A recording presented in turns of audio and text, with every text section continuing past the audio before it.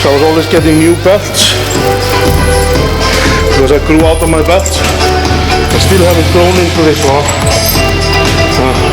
I've got a few years left. It's called Omar. My belt.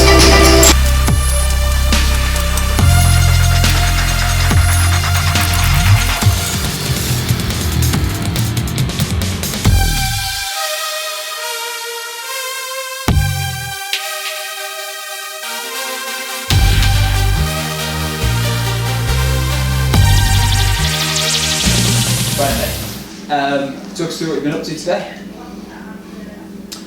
We've been doing some speed work, just speed work on the deadlift.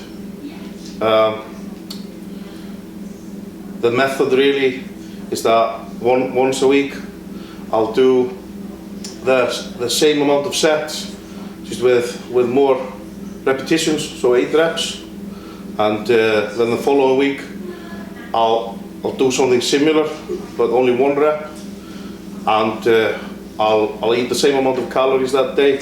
That just gives me like a bit of a build up, like it's like a recovery day without having to overfeed. Yeah. Nice. And this is all in training for Sweden. Yeah.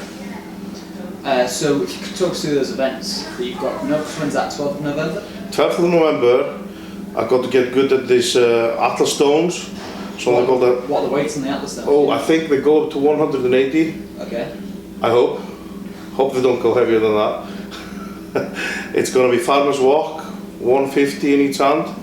It's going to be something called a safe lift. Similar to a sort of pendulum press with like or a yoke press or something. Yeah, something like that. I haven't seen it, but I've just been pressing the yoke. And what's the weight of that then? I believe it's about 140 kilograms, but whether that's been decided for sure, I don't know. Yeah. And then there's going to be a Cactus and a loading event. Cactus going probably similar sort of format to how it was last year, like was it 6 kegs over set height? Yeah. Yeah. And then a loading medley, because last year that they did, it was like a giant wheelbarrow event. Do you think it's going to be something similar to that this year, or? Giant wheelbarrow event? Did you not see it? No, I didn't see it. Oh man, it was like, you know, like a skip. Yeah. It was like that, but with handles welded onto it. And throwing wheelie bins into it. Yeah. Yeah. An awkward event. Really, really awkward. Yeah, that's good for me. Yeah.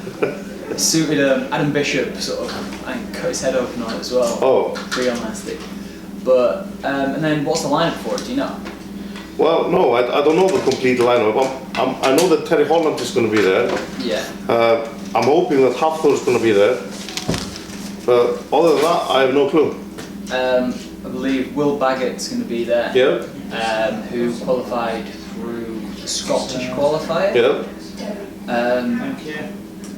Maybe after that, I'm just sort of guessing. There's a few guys that have qualified this year that will be getting their first chance at competition there. But it should be good. Johannes, obviously, he came second. I say he came second last year, didn't he? I'm not sure. He came second, half the lot. Yeah. How do you think you can do? What? How do you think you can do? Well, I just hope I can do well. The thing is, for the last couple of years, I've just been aiming for one competition at a time. This time, I'm just aiming to get good for the whole next year. So this is going to be the first competition, leading up to next year, basically. In a series of events. So I've been doing it quite safe and strategically, not skipping out. Those normal events. I haven't been skipping the squats or anything like that, because I'm just trying to keep my overall strength in everything, really. How many? Is this first full strongman comp you've done in a while?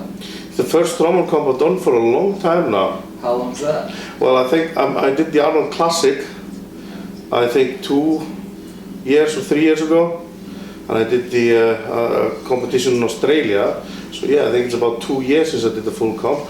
I think most people don't know that you actually do full competitions. Well, probably because I haven't been good at them for a long time. Why is that? Well, I decided to take some time off. I was going to retire from training, but the problem with that is that I only needed 3 or 4 weeks of preparation to go to powerlifting competitions and win. And when you can still do that, it's tempting. So I always kept training just a little bit, but didn't keep myself in good enough shape for some big events. So when I started participating in the big events again, I wasn't ready, just got into it. Chatting with Andy Bolton, Yeah. World's Strongest Woman, World's Strongest Masters, Yeah. and he was saying that the problem he's getting is trying to get into full strongman comps. Yeah. You can either do a novice comp where it's like a 180 deadlift for reps, Yeah. or you can go straight to sort of like Giants Live, Britain's Strongest Man sort of thing. Yeah. And there's not as many events in that sort of middle spectrum. No, well that's a problem I had because I've been quite good in the past.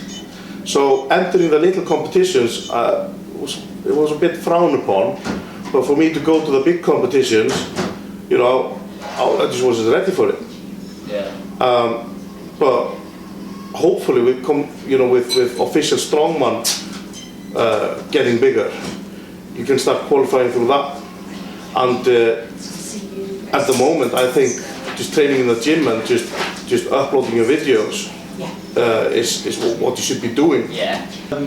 So you're saying as well about, actually, how are you at Cactus? Cactus, Yeah. I'm absolutely brilliant until I train it too much. It's a funny one. The more I train it, the worse I get at it. So if I just do, you know, a couple of throws every other day or so, Yeah. it's going well. So I'm just crossing my fingers and hoping that, you know, at the competition, You're alright with it. you know, it will be a miracle of some sort. Because usually, like, the two things that sort of determine how good someone is at that is Yeah. height, Yeah. which not the tallest of the guys, No. and then explosive power, which obviously is massively your forte. Yeah.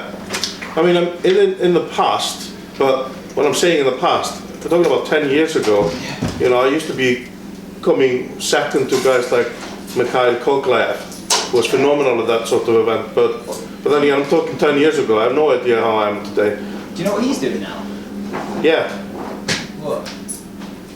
playing the harmonica. What is that thing? Harpsichord, is that the one? Is it? Yeah.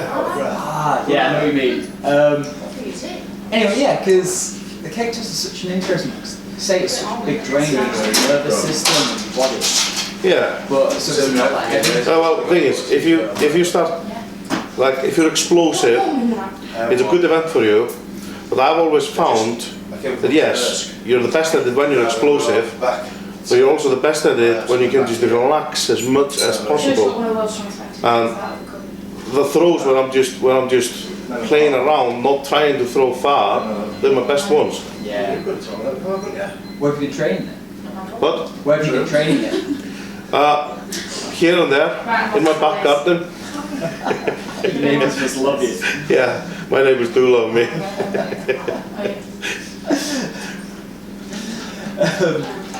Is that what you were saying before about your sort of knees being sort of playing up a little bit? Is that just training for cold? Well, I had a sudden weight gain. Can't explain it. Just gained weight all of a sudden, and started getting a little bit of knee pain. But I think that's due to the fact that, you know, I'm training in my shorts all the time, training in the cold a little bit. So I'm, you know, with more training intensity coming, I try to keep myself safe, wear my sleeves, etc. Makes a massive difference. Giants Pro sleeves, get them up. Right, last thing, you were telling me about, obviously while we just through there we sort of training, you were telling me about when Ed Cohen had come through Sweden, and I was just going to sort of go through that story again, well basically starting off with about the heart rate and the difference in warming up and the weight between sets. Yeah. Now I've asked Ed Cohen about if this story is true or not, and his answer was, well, it must have been. Can't remember it, but it must have been. I'm told that, you know, Ed Cohen, when he had this seminar years ago, my training partners in Iceland, they used to tell me about Ed Cohen's seminar where he would teach them about lifting, etc., and his methods, etc. and he would also talk about the heart rate and controlling your heart rate. And he would have a bar in front of me with 300 kilograms. Without warming up, he would just tense his fists, close his eyes, and a minute later he would just start sweating, and he was ready to deadlift 300 kilograms. The thing is though, you do something similar. Yeah. Like, have you ever seen, what's that basketball film with Michael Jordan versus the Looney Tunes? You must know the film, I mean. I know it's what you mean, yeah, Space Jam, what about Do it? you know, like, have you seen the bit where they turn from like the small little monsters into the giant things? Yeah. That's what I always think you do when you deadlifted. Yeah? Do I look bigger? You shake and turn all ferocious, like, is that the same sort of thing, or is that just you doing that for yourself? I don't know, maybe it's something similar. I'm just trying to activate my nerves. I tense up the muscles I'm about to use, but I don't like gradually tense them. I just turn them on off as quickly as possible. And I just go for the bar and I do exactly the same, but with the movement this time. Perfect. And then the other thing you're going to have to tell me, just because it made me very happy, is about the Tigers.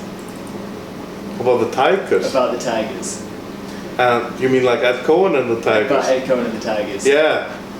Ed Cohen told me that he liked having tigers at home because he could always feel their presence as he walked in.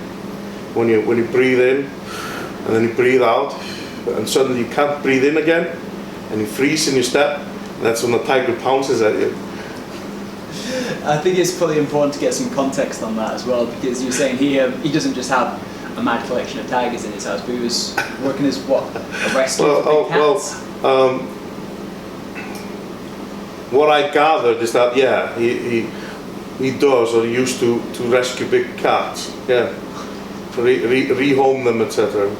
Yeah, that's awesome. Right, Benny, call it that. Good. Yeah, man. Yeah.